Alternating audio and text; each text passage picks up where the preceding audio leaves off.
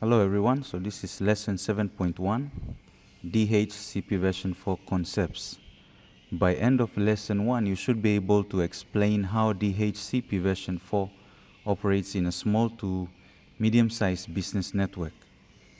As we go through this lesson, I'd like you to keep in mind these two discussion points. At the end of the video lesson, you will have a discussion task where you discuss during the lease procedure, what is the reason for the client sending the DHCP request as a broadcast packet, not as a unicast? The second point you will have to discuss is what layer 2 protocol is secondarily involved during the DHCP process. So we begin off by looking at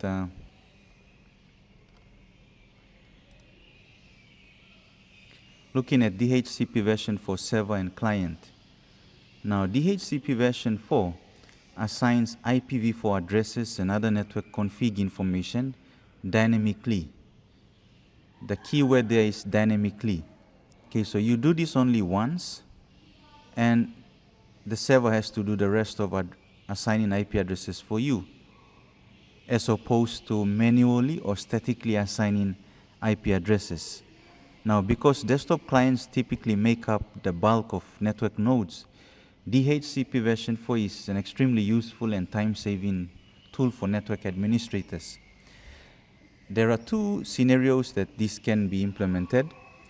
You can either use a dedicated DHCP version 4 server, as is in this case, which is scalable and relatively easy to manage, but in a small branch or SOHO location, a Cisco router can be configured to provide DHCP version 4 services without having the need for a dedicated server, which sometimes are quite very expensive. Cisco iOS software supports an optional, which means that it's there, but not configured. Okay? Fully featured DHCP version 4 server. Okay, so your lab activities will look at configuring the iOS to function as a DHCP version 4 server, the router, or you can configure it as a client also. If you look at this diagram here, you can see we have a DHCP server. We can use a dedicated machine as a DHCP server, which will lease out IP addresses to these desktop PCs, or we could use a router as a DHCP version 4 server. And we have the DHCP clients. So the server router acting as a server will lease out or give out IP addresses, a pool of IP addresses to these PCs. Now, we can also have an implementation where you use a wireless router, wireless SOHO router, for you to access internet. Normally, most SOHO offices, they use wireless devices. So this can be used as a wireless router, as well as a DHCP server also, leasing out IP addresses. Now, clients, these DHCP clients, they lease the information from the server for an administratively defined period. Remember that the server's job is to assign or lease an IPv4 address that is coming from a pool of addresses. So you have, say for example, 20 addresses in this pool. Now, in that pool, those 20 addresses can be given out to any devices that joins the network up until all addresses have been used up, all 20 addresses have been used up. Now, in the event that you configure the server for a limited period of time, say for example 1 day, that's your lease duration. After that 1 day, the server is going to renew the IP address. It's going to take back that IP address and then give out a new IP address. Now, DHCP clients typically lease the information from the server for that defined period. Now, it's not 1 day. Okay? It can be any number of hours or days. So administrators configure the DHCP version 4 server to set the lease to timeout at different intervals. Okay? So the lease may typically be anywhere from 24 hours to a week, to a day, to 2 days, and so on. When the lease expires, the client then has to ask for another address. Now, in most configurations, the client is typically reassigned the same address again. So for example, if this PC, the server gives out a 1-day duration for the lease of address, it picks up the address 192.168.1.20, which could be coming from the range given in this DHCP server, say 20 to 30, okay, 10 addresses. So this PC will use that 1.10 for a duration of 1 day. And then the server is going to renew and most likely give the same address again. But notice the duration is 1 day.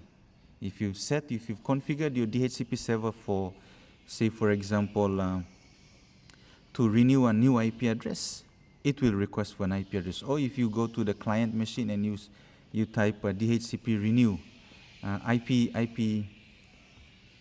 config all, you check the IP address and then you do a IP renew, not DHCP renew, but you do an IP renew, then it will request for a new IP address from the DHCP server. So typically what normally happens is, from a server's point of view, in Packet Tracer, you will find this under services. If you go DHCP, see I created a pool of addresses, my DHCP pool, DHCP service is on. And the starting IP address is 192.168.2.50. And I will give .50.1 all the way up to 100 because I give maximum number of users can connect 50. So I close this. If I go to the DHCP client, I click on IP config. Notice I've set it to DHCP. So it has asked the DHCP server or queried the DHCP server, and the DHCP server has given it an IP address 192.168.2.2. Now if I go back to the DHCP server and I go to DHCP, notice starting IP address is from 2.0, which means that you can go 2.1, 2.2, 2.3, 2.4. If I go ahead and type 2.50, okay, and I close that, I come back here to the client, just go static for a while, click on DHCP again, it starts requesting an IP address. Okay, notice what happened here. It assigned it the same address, 2.2. Okay, 2.2 again. Let's go back to the DHCP server. What's happening here? If we go to the DHCP server, DHCP, notice I have two pool addresses. Here I have server pool, my DHCP pool. Server pool, my DHCP pool. Now both are on at the same time. But if you look at DHCP server pool, this starting IP address is also 2.0. Okay, so I have to remove one of these. Okay, so if I click here, I remove that and I change this server pool, my DHCP pool, and I set this to 50 starting address, and I save that. Okay, a new pool will be added. Okay, hold on. Okay, anyhow, I'll change that. Instead of changing the pool name, what I'll probably do here is I'll change the server pool to 50. Okay, and save. Okay, so now I've saved that.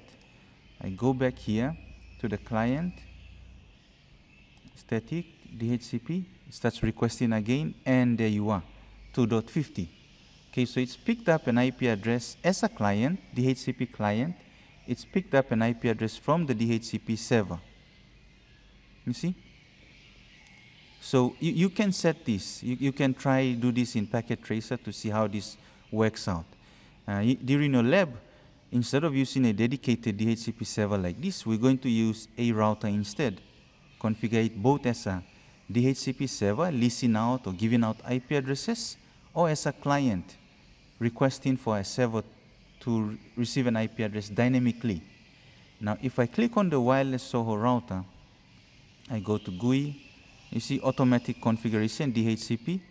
Notice IP address, router IP address is 1.1. DHCP server settings, starting IP address is 1.100. And maximum number of users, 20. So IP addresses will begin from 1.100 up to 1.120. That's the last IP address. So if I go back to this laptop, okay, so I've gone to desktop, physical, I've taken out the network interface card and put in a wireless, Linksys wireless, okay, here.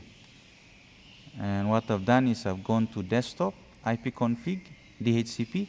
Notice it picked up an IP address, 1.101. Okay. See if I check laptop, the next laptop, desktop, same thing. Okay. See it started from 1.100 and then this one picked up 1.01. Now let's try and just take that out, static, and we go back to DHCP. It's requesting, and sure enough, it picks up the same address, 101 again. So it's important to take note there. Typically, clients are reassigned the same address again. The next concept is DHCPv4 Operation. DHCP works in a client-server mode, as we have seen earlier on.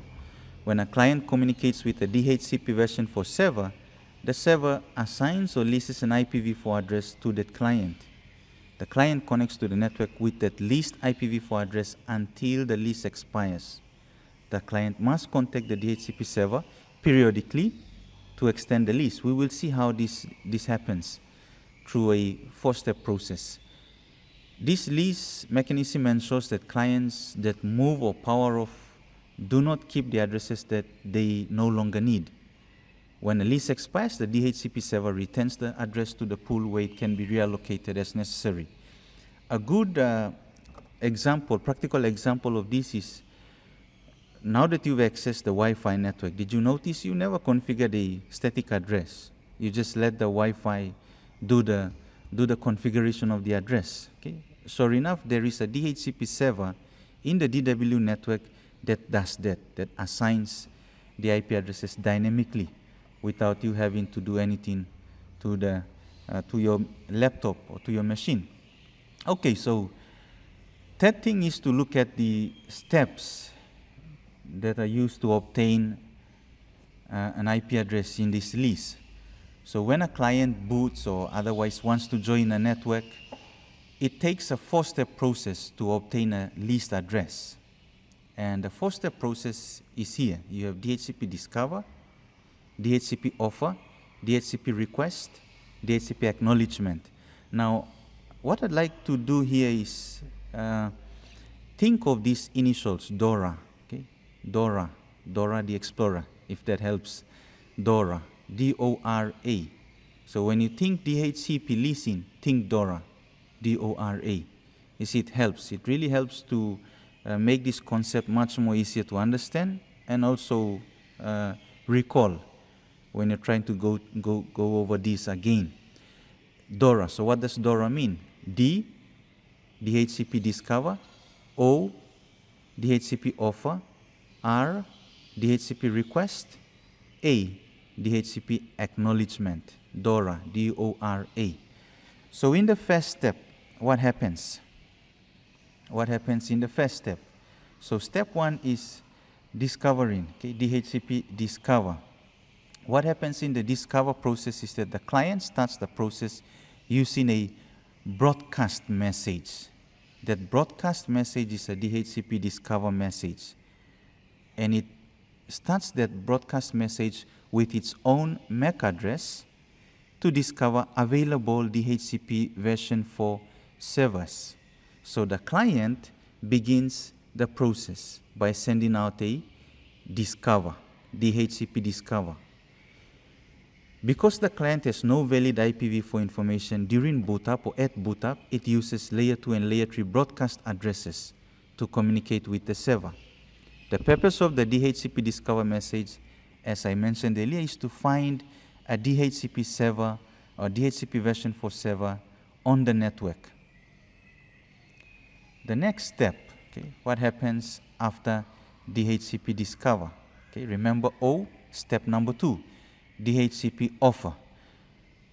So the request is sent by the client. Step number 2. When the DHCP server receives a DHCP discover message, it then receives an available IPv4 address to lease to the client. The server also creates an ARP entry, okay, address resolution protocol entry, consisting of the MAC address of the requesting client and the leased IPv4 address of the client. The server does this so that it can bind. Okay? The server is now going to bind the IP address it has sent out, it has leased, to the MAC address of the client who has sent the request. This is known as DHCP binding. Okay? And the server then sends the binding DHCP offer message to the requesting client. So now we move on to the third step. So what happens in step number 3? Again, remember DORA, DO, DHCP discover, DHCP offer by the server, and then the third one, DHCP request. So when the client receives the DHCP offer from the server, it sends back a DHCP request message. This message is used for both lease origination and lease renewal. When used for lease origination, the DHCP request serves as a binding acceptance notice to the selected server for the parameters it has offered, and then an implicit decline to any other servers that may have provided the client a binding offer. Why this is done is because in any network, there has to be at least just one single DHCP server. You can't have more than one DHCP server running in an organization. So when there is one single DHCP server, it creates that bind between what address has been given and to which machine, which MAC address it has given that address. Okay, so it will decline any other servers that may have provided the client a binding offer. So in this way, a client can only receive an address from a single DHCP server. So many enterprise networks use multiple DHCP servers. You see, this can be done. But how do we avoid a client receiving more than one DHCP address, version 4 address? Because it creates that binding between the address that has been leased by the server to what it has accepted. So in this way, it declines any other servers that will provide the offer to give an address to the client. Okay? So this makes it possible for enterprise networks to use multiple DHCP version 4 servers. So the DHCP request message is sent in the form of a broadcast to inform this DHCP server and any other DHCP version 4 servers about the accepted offer. This is very important, okay? Very important. A broadcast message is sent out so that everyone else, including all the other DHCP servers that may exist in that enterprise network, that it has already made a binding. It has already made an offer and this client has accepted it. If that does not happen, these clients will continue to request and servers will continue to offer. Okay, so it's very important. The DHCP request message is sent in the form of a broadcast to inform that same DHCP version 4 server and any other DHCP version 4 servers about the accepted offer. Okay, then we move on to step number 4. So DOR, the last step is acknowledgement. DHCP acknowledgement. So upon receiving the DHCP request message, the server may verify the lease information with an ICMP ping to that address to ensure that it is not being used already. It will create a new ARP entry for the client lease and then reply with a DHCP acknowledge message. Why it creates a new ARP entry is, I mentioned this earlier, binding. It binds the MAC address of the receiving DHCP client to the address it has leased out, IPv4 address it has leased out. It binds that. Okay, so the DHCP ACK message is a duplicate of the DHCP offer, except for a change in the message type field. So when the client receives the DHCP ACK message, it logs the config information and may perform an ARP lookup for the assigned addresses. If there is no reply to the ARP, the client knows that the IPv4 address is valid and starts using it as its own. Okay, so if I bring up this PT file again, you see when I configured DHCP here. I turned it on. I gave an IP address, 13-point IP address, and the maximum number of users. Okay, I can change this to 50 again. Make sure to save that. If I go back and I click on this client, let's add a new client. Let's add a new client. So I add a new client here. Okay, connect it to the switch. And if I go to desktop, I click on IP. Notice it's by default on static. Okay, it's on static. Now just hold on while I go to simulation. Go back to this PC. I'll click on DHCP. Notice what happens. Okay, notice what happens here. Okay, I'll just set it to static again, DHCP, and then I'll forward. Okay, so it sends a request. The request goes, okay, you see, MAC address. It's using the MAC address. It sends a request, and then only the server responds. Notice that only the DHCP server responds. It responds with an IP address. That IP address is leased to the PC2 machine. So if I click on here, oh, it's not picking up yet. DHCP, yep. Continue. Okay. DHCP server is communicating. That whole process is taking place. DHCP offer, DHCP discover, offer, request, acknowledgement. Once all that is done, we should be able to see an IP address. Okay, not yet. Oops, what's happening here? Okay, just go back to real time. Fast forward this. Okay, DHCP. Check this. Did I do something wrong here? It's on, yep. 2.50, yes, all good. Okay, let's go back to IP, static, DHCP again. It's requesting, so the DORA process takes place. 2.51, done. Okay, it leases out an IP address 2.51. So let's check these others. 2.50. 2.3, nope, static, set it again, request another IP, 2.252, 2.52, picks up 2.52. Okay, so that's basically how this whole process takes place. Okay, I just did that quickly, just to give you an idea. But remember that process, DORA, okay, discover, DHCP offer, DHCP request, DHCP acknowledge. That process happens.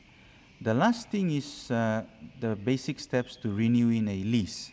Okay, so prior to lease expiration, the client has to begin a two-step process to renew the lease with the DHCPv4 server. Now it's shown here.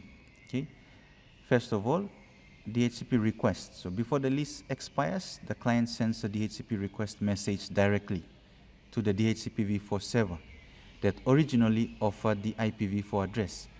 If a DHCP ACK is not received within a specified amount of time, the client broadcasts another DHCP request so that one of the other DHCPv4 servers that may exist within that network can extend the lease. Now, step number 2, upon receiving the DHCP request, we are now looking at the DHCP ACK. So upon receiving the DHCP request message, the server verifies the lease information by returning a DHCP ACK. It verifies the lease information and then assigns an IP address. And typically it will be the same IP address that it gave earlier on. It will give that IP address again. Now please note that these messages, primarily the DHCP offer and DHCP ACK, can be sent as unicast or broadcast. Okay? They can be sent as unicast or broadcast, DHCP offer and DHCP ACK. Now, DHCP request is offered as a broadcast. Okay, it's offered as a broadcast. Okay, offered as a broadcast. Why it is offered as a broadcast? So that it can inform any other DHCP version 4 servers within the network. There can be multiple DHCP version 4 servers. Okay, to inform them that it has received an IPv4 address from a particular server and that it's asking for that server to renew. But if that server does not renew, it will ask another server to renew the address for the lease. Now, when we say multiple DHCP version 4 servers, we don't say, I'm not trying to say that they will lease out different subnets. No, okay? No. They will list out a range of addresses that happens to be in the same subnet, okay? Because you need all those machines to be able to communicate. It can't be possible for us to use different subnets on all those DHCP servers. Okay, so that brings me to the end of lesson 7.1. We talked about DHCPv4 server and client, the DHCPv4 operation, the steps to obtain a lease. Remember, 4 steps. Dora the explorer. Dora, discover, offer, request, acknowledge. And then there are 2 steps to renew a lease. Request, acknowledge. Okay, DHCP request and DHCP acknowledge. The next lesson, we will look at configuring a Cisco IOS DHCP version 4 server.